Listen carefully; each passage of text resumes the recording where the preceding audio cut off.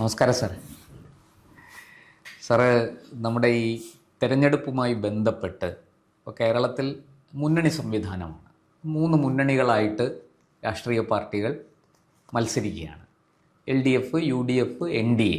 NDA താരതമ്യേന അംഗങ്ങൾ കുറവാണ്, പക്ഷെ അവരും ഒരു മുന്നണിയാണ്.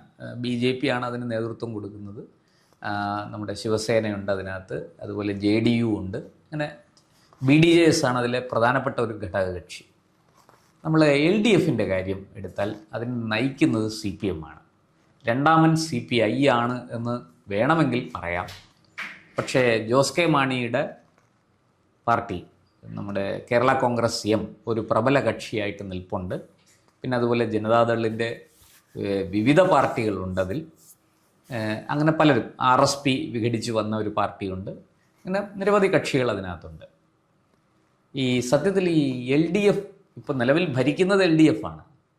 ആ LDFിൻ്റെ ആ ഭരണം തുടരാനുള്ള സാധ്യതകൾ എന്തൊക്കെയാണ്? അങ്ങയുടെ വിശകലനത്തിൽ LDFിന് ഒരു ഭരണ തുടർച്ച ഉണ്ടാകുമോ? അല്ല, അതിനകത്ത് നമ്മൾ ശരിക്കും നോക്കണമെങ്കിൽ LDFിൻ്റെ ബലം എന്താണ്, LDFിൻ്റെ കരുത്ത് എന്താണ്, അവരുടെ ദൗർബല്യം എന്താണ്, പിന്നെ അവരുടെ മുന്നിൽ അവസരങ്ങൾ എന്തൊക്കെയാണ്, വെല്ലുവിളികൾ, പിന്നെ അവർ നേരിടുന്ന പ്രതിസന്ധികൾ, ഇത് നമ്മൾ നോക്കുമ്പോഴേ കൃത്യമായിട്ട് തുടരാൻ കഴിയുമോ ഇല്ലയോ എന്ന് നമുക്ക് പറയാൻ പറ്റും. ഒന്നാമത്തെ കാര്യം, ഒരു മുൻവിധിയോടെ നമുക്ക് പറയാൻ പറ്റില്ല. പിന്നെ നമ്മളൊരു ചാനൽ എന്ന നിലയിൽ നമ്മളെ സംബന്ധിച്ചിടത്തോളം നമ്മൾ കഴിയുന്നത്ര നിഷ്പക്ഷതയാണ് പോകുന്നത്. കഴിയുന്നത്ര നമുക്ക് എല്ലാവർക്കും ഒരു പക്ഷമുണ്ട്, ചില വസ്തുതകൾ പറയാതിരിക്കാൻ കഴിയില്ല. അപ്പം നിഷ്പക്ഷമൊന്നൊരു പക്ഷമില്ലെന്ന് പറയാറുണ്ടെങ്കിലും കഴിയുന്നത്ര നിഷ്പക്ഷത പുലർത്താനും നമ്മൾ പുലർത്തുന്ന സത്യത്തിൻ്റെ പക്ഷത്ത് ഉറച്ചു നിൽക്കാനും. അതെ, അല്ല, അത് സത്യം തന്നെ ആപേക്ഷികമാണല്ലോ. അപ്പോൾ നമ്മൾ പുലർത്തുന്ന നിഷ്പക്ഷമായ സമീപനമാണ് എന്ന് നമ്മുടെ പ്രേക്ഷകരെ ധരിപ്പിക്കുവാനും ഉള്ള ബാധ്യത നമുക്കുണ്ടല്ലോ. അത് വെച്ചാണ് നമുക്ക് ഈ ഒരു ചർച്ച ചെയ്യാൻ പറ്റുന്നത്. അപ്പോൾ ഇതിൻ്റെ ഒരു പ്രത്യേകത എന്ന് പറഞ്ഞാൽ, LDFിൻ്റെ സ്ട്രെങ്ത് എന്താണെന്ന് ചോദിച്ചാൽ, 10 വർഷമായിട്ട് LDF ഭരണത്തിലിരിക്കുന്ന പാർട്ടിക്ക് ഒരുപാട് കാര്യങ്ങൾ ചെയ്യാൻ കഴിയും. ഇപ്പോൾ വളരെ ഉദാഹരണമായിട്ട് പറഞ്ഞാൽ, ക്ഷേമ പെൻഷൻ, അവസാനം ഒരു ക്ഷേമ പെൻഷൻ കൊടുത്തു. സർക്കാർ ഉദ്യോഗസ്ഥന്മാർക്കും പെൻഷൻകാർക്കും DA കുടിശ്ശിക കൊടുത്തു. അപ്പോൾ ഈ വോട്ട് ചെയ്യാൻ പോകുന്നത് ലാസ്റ്റിൽ ഇത് വാങ്ങിച്ചുകൊണ്ടാണ് പോകുന്നത്. അതാണ് അതിൻ്റെ പ്രത്യേകത. അതിൻ്റെ ഒരു നന്ദിയും കടപ്പാടും കാണിക്കുന്ന ആളുകൾ കുറച്ചെങ്കിലും ഒരു പക്ഷേ ഉണ്ടാകാം. അതാണ് ഒരു കാര്യം. അപ്പോൾ അത് അവരുടെ ഒരു സ്ട്രെങ്താണ്. ഭരിക്കുന്നു എന്നുള്ളത് സ്ട്രെങ്താണ്. പിന്നെ ലക്ഷക്കണക്കിന് രൂപ, കോടിക്കണക്കിന് രൂപ മുടക്കി നടത്തുന്ന പരസ്യങ്ങൾ പത്രത്തിൽ, ഭരണത്തിലുള്ളതുകൊണ്ടല്ലേ പരസ്യം നടത്താൻ പറ്റും. PRDA ഉപയോഗിച്ചാൽ ചെയ്യാൻ പറ്റും. പിന്നെ നടത്തുന്ന പരിപാടികൾ, ഉദ്ഘാടനങ്ങൾ, ഇതൊക്കെ ഭരണത്തിൻ്റെ ഗുണമാണ് വരുന്നത്. പിന്നെ പുതിയ പദ്ധതികൾക്ക് വേണമെങ്കിൽ ഇടുന്നതിനകത്ത് ജനങ്ങളധികം തറക്കല്ലിട്ടിട്ട് പോയിട്ട് കാര്യമില്ല, അടുത്ത ഗവൺമെൻറ് അല്ലേ ചെയ്യേണ്ടത്. എങ്കിലും വേണമെങ്കിൽ അതൊക്കെ അവർക്ക് ചെയ്യാം. ഇതൊക്കെ ഭരണം അവർക്ക് കൊടുക്കുന്ന ചില പ്രിവിലേജുകളാണ്, ചില സൗകര്യങ്ങളാണ്. പിന്നെ അവർക്ക് ഇഷ്ടമുള്ളിടത്തൊക്കെ അവരുടെ ഇഷ്ടമുള്ള ആളുകളെ ഇരുത്തിയിട്ടുണ്ട്.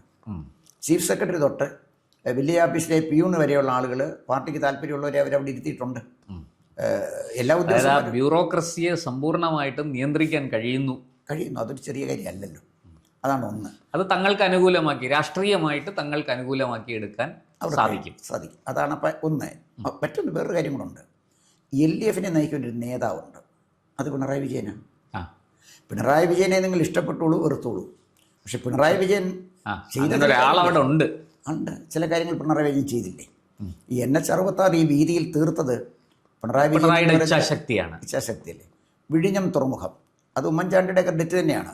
പക്ഷേ അത് സമയബന്ധിതമായിട്ട് ലത്തീൻ കത്തോലിക്ക സഭയുടെ അതിശക്തമായ എതിർത്തിനെ അടിച്ചമർത്തിയാണ് വിഴിഞ്ഞത്ത് തുറമുഖം വന്നത്. പള്ളിയും പട്ടക്കാരൊക്കെ ഇറങ്ങി നോക്കിയില്ലേ? പോലീസ് അടിച്ചപ്പോൾ അവരങ്ങ് വീട്ടിൽ പോയല്ലോ.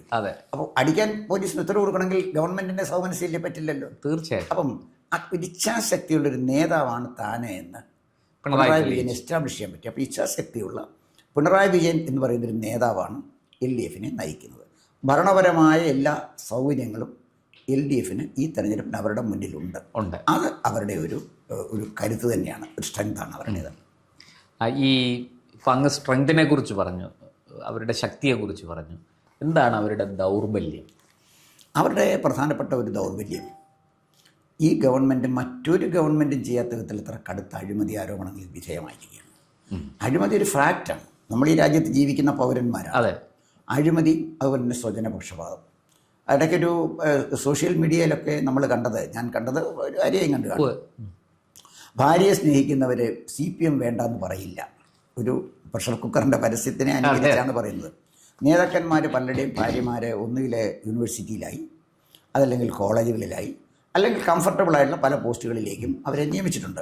യഥേഷ്ടം PhD വാങ്ങിക്കൂട്ടുന്നു. പിന്നെ ഇഷ്ടം പോലെ PhD അത് കൊടുത്തിട്ടുണ്ട്. പക്ഷെ ഇതിൻ്റെ പ്രോബ്ലം എവിടെയാണെന്ന് ചോദിച്ചു കഴിഞ്ഞാൽ ഈ അഴിമതിയും ഈ ഭാര്യാസ്നേഹവും ഇതൊക്കെ അവരുടെ ഒരു വീക്ക്നെസ്സാണ്.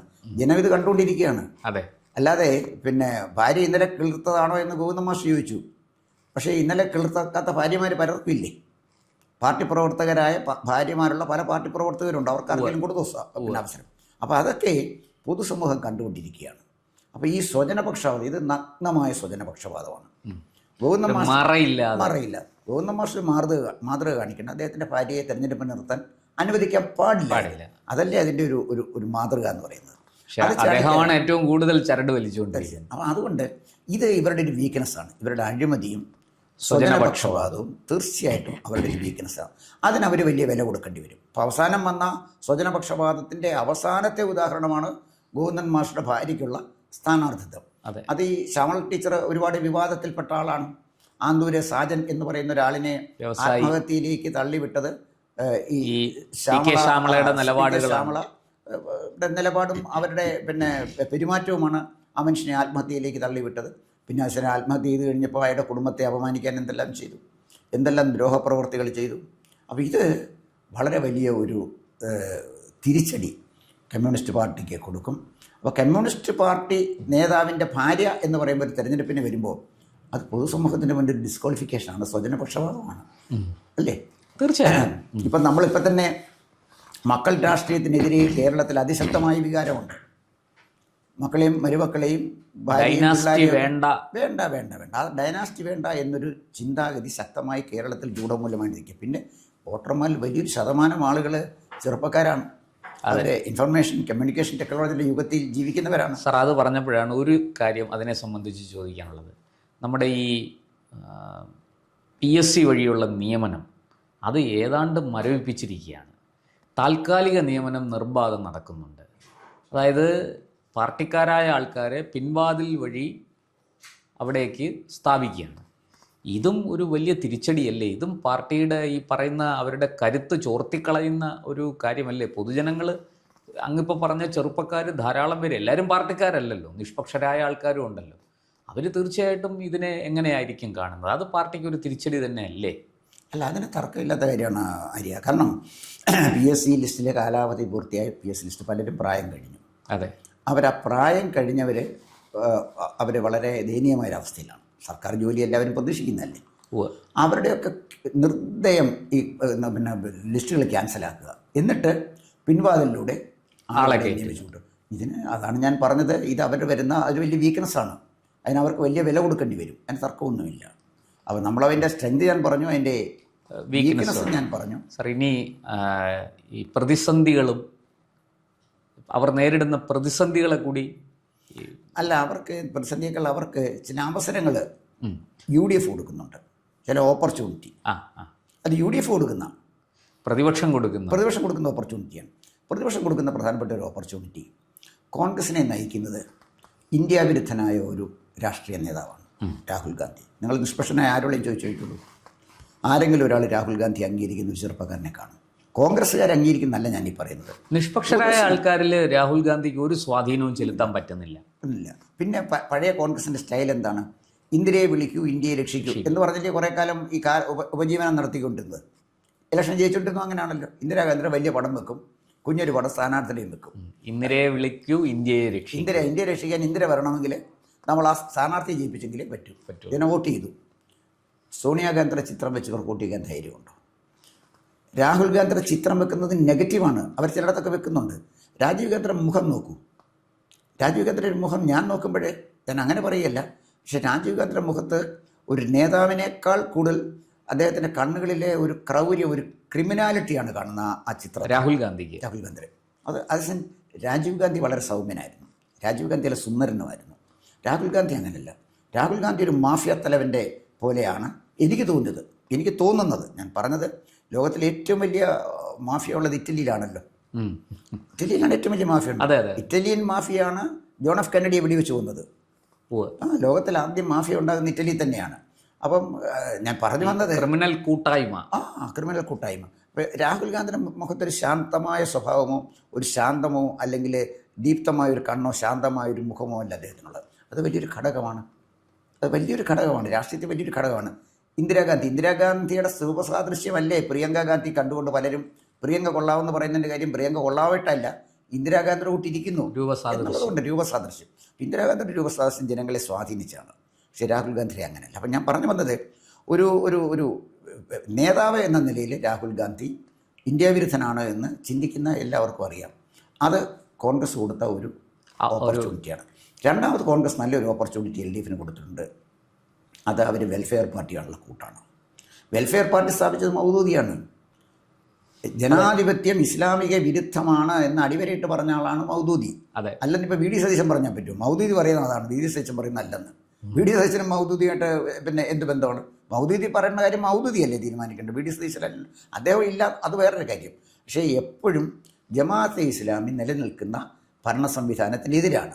അവർക്ക് ദൈവരാജ്യമാണ് സ്ഥാപിക്കേണ്ടത്, ഇസ്ലാമിക ഭരണകൂടമാണ് സ്ഥാപിക്കേണ്ടത്. അത്തരം ഒരു പാർട്ടിയുമായിട്ടാണ് ഈ UDF കൈകോർത്തിരിക്കുന്നത് എന്നത് സെക്കുലറായിട്ടുള്ള ആളുകളെ ചിന്തിപ്പിക്കുന്ന കാര്യമാണ്.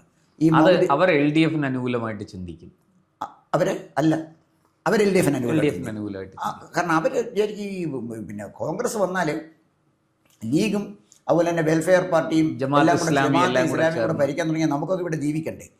അപ്പം അതുകൊണ്ട് അത് അപകടം ചെയ്യും എന്ന് ചിന്തിക്കുന്ന വളരെ ധാരാളം ആളുകൾ കേരളത്തിലുണ്ട്.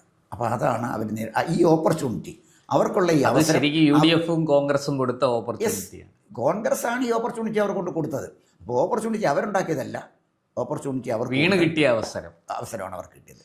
സർ, അതുപോലെ ഈ LDF നേരിടുന്ന ഒരു ഭീഷണിയുണ്ട്. അത് ഈ വിമത ശല്യമാണോ ഈ പാർട്ടിക്കുള്ളിൽ? അതായത് ഭീഷണി വിഭാഗീയതയും വിമത ശല്യവും. അതെ. അവർ നേരിടുന്ന ഏറ്റവും വലിയ ത്രെട്ട് ഒന്ന് ഭരണവിരുദ്ധ വികാരം വലിയൊരു ത്രെട്ടാണ്. കേരളത്തിലെ ശരാശരി ജനങ്ങളെ ഈ ഭരണത്തെ വെറുക്കുന്നു. ഇനി ആരെന്തെല്ലാം പറഞ്ഞാലും എത്ര പരസ്യം കൊടുത്താലും ഇതൊരു സത്യമാണ്, അത് നിശ്ചയിച്ചിട്ട് കാര്യമില്ല. പിന്നെ ഒപ്പം ഈ പണ്ടേ ദുർബല പിന്നെ ഗർഭിണി എന്ന് പറഞ്ഞ പോലെ കലാപങ്ങളുണ്ടാകുന്നു നമ്മളിപ്പോൾ പാർട്ടിക്കുള്ളിൽ. ഇപ്പം പിന്നെ സുധാകരനെ വന്നാലും ശരി വന്നില്ലെങ്കിലും ശരി, സുധാകരനെ പോലെ ഒരാൾക്ക് കമ്മ്യൂണിസ്റ്റ് പാർട്ടി സ്പേസ് ഇല്ല. അതാണ് പ്രശ്നം. സുധാകരന് സ്പേസ് ഇല്ല, സജി ചെറിയൻ സ്പേസ് ഉണ്ട്. അതാണ് നോക്കേണ്ടത്. സുരേഷ് കുറുപ്പിന് സ്പേസ് ഇല്ല, വാസവന് സ്പേസ് ഉണ്ട്. ഇതാണ് നമ്മൾ നോക്കുന്നത്. ഇത് കേരളം കണ്ടുകൊണ്ടിരിക്കുകയാണ്. അപ്പോൾ ഇതിനകത്ത് മാന്യമായി രാഷ്ട്രീയ പ്രവർത്തനം നടക്കുന്ന സാത്വികന്മാരായ കമ്മ്യൂണിസ്റ്റ് പാർട്ടിക്കാരെ പാർട്ടിക്ക് ആവശ്യമില്ലാതായിട്ട് മാറിയിരിക്കുന്നു. അവരുടെ നിശബ്ദത തന്നെ പാർട്ടിക്ക് ഒരു ത്രെട്ടാണ്, ഒരു വലിയ വെല്ലുവിളിയാണ്. ഒപ്പം ചിലയിടത്തൊക്കെ റിയാക്ഷൻസ് വരുന്നുണ്ട്. ഇപ്പോൾ PK ശശി പാലക്കാട് പ്രശ്നം, കുഞ്ഞികൃഷ്ണൻ പുസ്തകം കണ്ണൂർ എഴുതിയ കുഞ്ഞികൃഷ്ണൻ എന്താ പറഞ്ഞിരിക്കുന്നത്? അണികൾ പാർട്ടിയെ തിരുത്തണം എന്നല്ലേ പറഞ്ഞിരിക്കുന്നത്. അതും കണ്ണൂരാണ്, നിസ്സാരമല്ല. ഈ തെരഞ്ഞെടുപ്പിലെ കണ്ണൂരിൽ കമ്മ്യൂണിസ്റ്റ് പാർട്ടിക്കുണ്ടാകുന്ന ഭീഷണി ത്രെട്ട് നമ്മൾ കരുതുന്നത് പോലെയല്ല. കമ്മ്യൂണിസ്റ്റ് പാർട്ടിക്ക് എതിരെ ഒരു ഇല പോലും ചലിക്കാത്ത കണ്ണൂരിലെ കല്യാശ്ശേരിയിൽ RSS പദസഞ്ചലനം നടത്തി. അവർ മീറ്റിങ്ങുകൾ കൂടുന്നു, മീറ്റിങ്ങുകളിൽ ആളുകളെ കൂടുന്നു. RSS വിമുക്ത പ്രദേശമാണെന്ന് എഴുതി വെച്ചിടത്തൊക്കെ RSSകാർ ജയിച്ചു വരുന്നു.